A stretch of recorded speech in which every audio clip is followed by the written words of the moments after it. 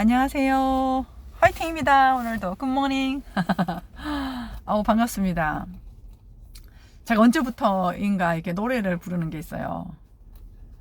나에게만 준비된 선물 같아 자그마한 모든 게 커져만 가 항상 평범했던 일상도 특별해지는 이 순간.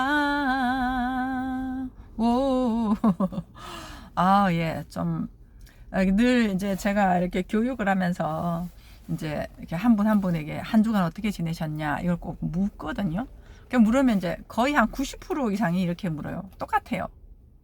평범하게 지냈어요. 이렇게 이야기를 해요. 근데 사실은 우리가 삶이 똑같지가 않잖아요.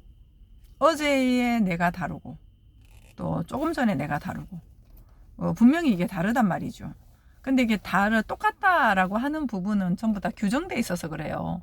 이제 외모가 사실은 어제와 별반 다를 바 없고 또 내가 가는 직장이나 만나는 사람들이 별반 다를 바 없으니 그런 것들만 보고 느낄 때는 그냥 똑같다라고 느낄 수밖에 없거든요. 이제 거기에서 지루하다라고 하는 것이 당연히 들겠죠.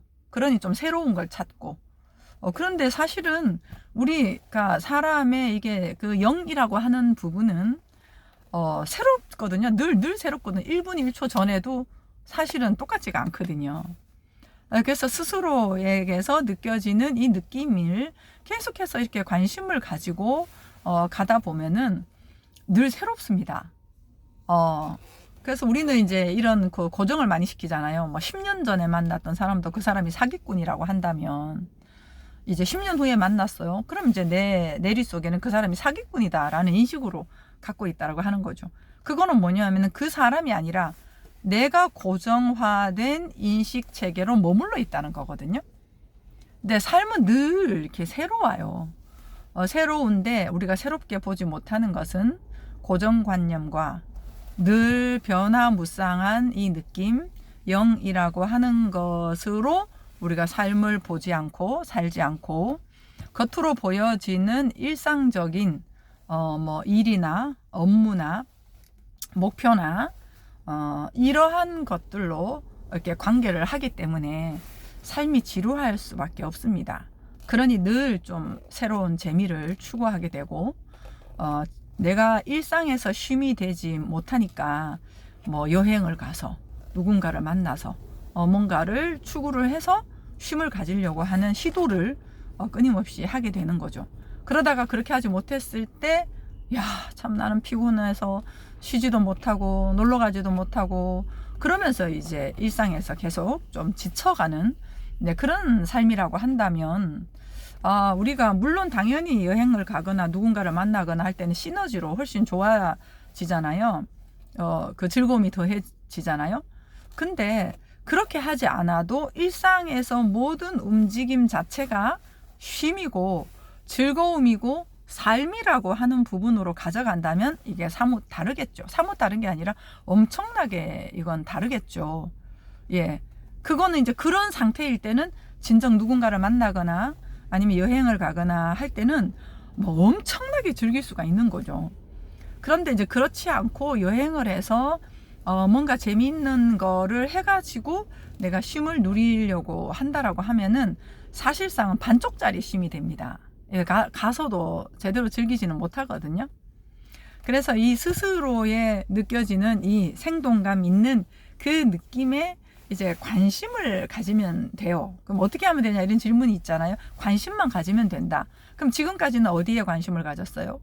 외부적으로 뭔가 해야 되는 일, 저 대상이 어떠한가, 뭐 이런 것들에 우리가 관심을 많이 가졌다라고 한다면 이제는 관심을 스스로에게로 돌려서 스스로가 어떤 느낌을 느끼는지 대상이 아니라 스스로의 느낌에 왜냐하면 이 느낌 상태가 우리의 모든 것을 움직이게 하는 동력이기 때문에 그래요. 왜 내 느낌이 좋으면 웬만한 것들 좋게 보이지 않아요?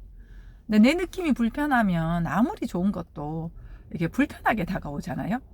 그래서 시작점이 스스로가 느끼고 있는 이 느낌이다라고 하는 부분이요. 거기에다가 우리가 이제 관심을 가지고 삶을 이렇게 사는 연습을 자꾸 이렇게 하다 보면 우물은 여기 우리 안에 있거든요. 우리 안에 있고 우리 안이라고 하는 것도 이제 계속해서 방향성을 잡고 이렇게 가다 보면 나라고 하는 존재의 안도 아니에요. 왜냐하면 나도 규정하고 있거든요. 나는 이런 사람 저런 사람. 근데 그게 아니라 진정한 영이라고 하는 스스로 안에서 느껴지는 그 느낌으로 사는 영적인 존재로서의 나로 알 때 그 영 안에서 세상 모든 사람들이 전부 다 하나구나. 예, 이런 것들을 우리가 사실을 바로 알게 되는 거죠. 그래서 성경에 보면 뭐죠? 모두가 하나에서 났다 라고 하는 그런 표현이 있잖아요. 제가 구절이 잘 안 떠올라가지고 하나에서 난지라 이런 이제 표현이 있어요. 거룩하게 함을 입은 자와 거룩하게 하심을 거룩하게 하시는 자와 거룩해 하심을 입은 자 모두가 다 하나에서 났다 이런 표현을 쓰는 거죠.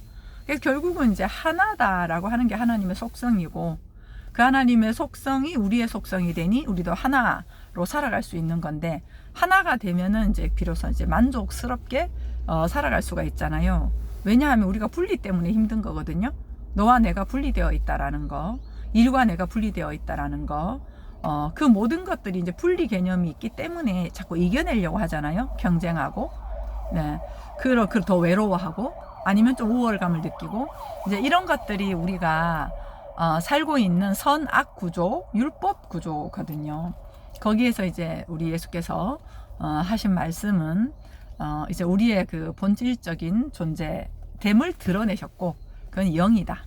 근데 그 영에 대한 설명을 예수께서 말씀을 해주셨고, 내가 너희에게 막 기적을 일으키고 병을 고쳐주고 했던 어떤 그런 예수님을 대상화하고 있는 부분에서 그런 육은 무익하다. 살리는 것은 영인데 그 영은 곧 말이다. 말, 진리의 말이다. 이 말씀 하셨잖아요.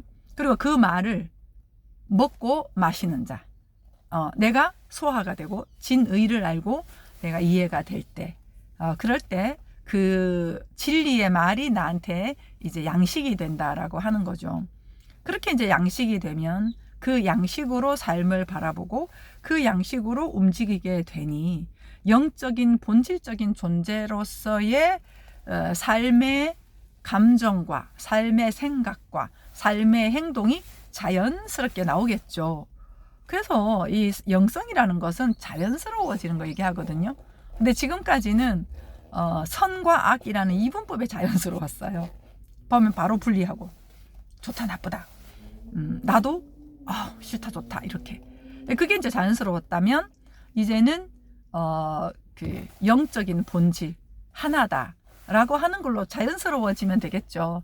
근데 이제 이렇게 자연스러워지려고 하면 지금까지 태어나서 여기 한 수십 년 살아오면서 익숙하게 동의하고 있던 것들이 있잖아요. 전부 다 선과 악이라는 이제 관계 형성을 보여지는 것들로 관계 형성을 한 것들이잖아요.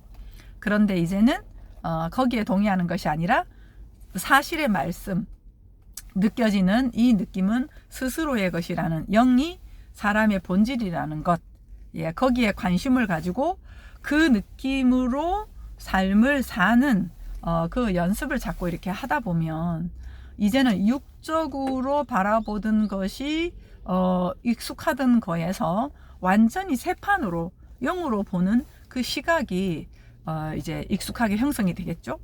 그럼 그로부터 오는 이제 주객이 바뀌어지고 외부 대상이 나를 힘들게 하는 것이 아니라 이 스스로의 삶으로 하나님의 속성 스스로 있는 자니라 말씀하셨던 스스로가 말하고 스스로가 움직이고, 근데 그 스스로라고 하는 게 개인의 내가 원하는 대로가 아니라